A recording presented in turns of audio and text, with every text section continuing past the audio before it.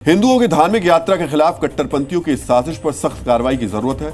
अब हम हिंदुओं की उस धार्मिक यात्रा के बारे में बताएंगे जो 30 जून से शुरू हो रही है। स्वर्ग के रास्ते के नाम से प्रसिद्ध कैलाश मानसरोवर यात्रा का आरंभ हो चुका है। स्कंद पुराण में कहा गया है कि हिमालय जैसा कोई पर्वत नहीं, क्योंकि उनमें कैलाश और मानसरोवर है। जैसे सुबह के सूर्य से ओस सूख जाती है, वैसे ही हिमालय के दर्शन से मानव जाति के पाप सूख जाते हैं।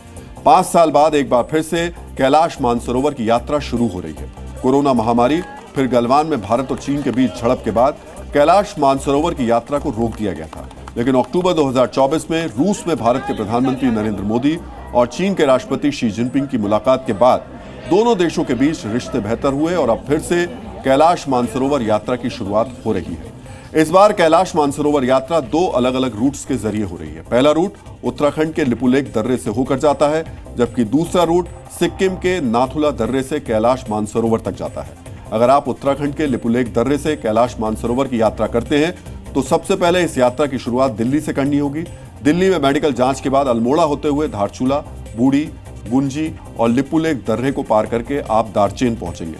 फिर दारचेन के बाद आप कैलाश पर्वत और मानसरोवर झील का दर्शन कर पाएंगे। लिपुलेख दर्रे रूट से पूरी यात्रा में करीब 22 दिन लगते हैं। अगर आप सिक्किम के नाथुला दर्रे से कैलाश मानसरोवर की यात्रा करते हैं तो इस रूट से यात्रा की शुरुआत भी दिल्ली से होती है। दिल्ली से सिक्किम की राजधानी गंगटोक तक जाना होता है।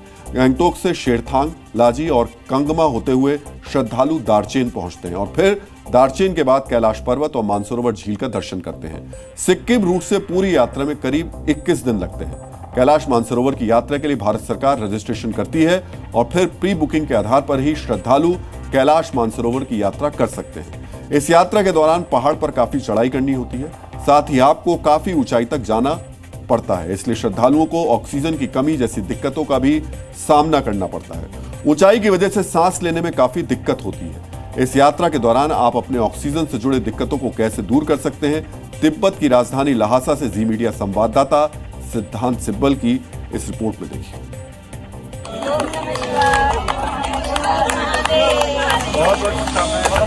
कैलाश मानसरोवर यात्रा की ये 5 साल के अंतराल के बाद ये यात्रा शुरू हुई है। मैं आपको बता दूं कि ये यात्रा पिछले 5 साल इसलिए नहीं हुई थी क्योंकि कोविड एक तरफ से एक बड़ा कारण था और उसके अलावा जो झड़पें हुई थी भारत चीन में वो एक बड़ा कारण था।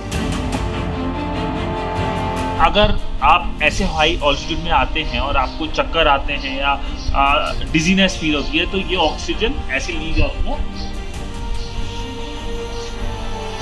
और यहाँ पे ऑक्सीजन रूम भी बने हुए हैं जिससे आप अपनी सेहत का ख्याल रख सकते हैं।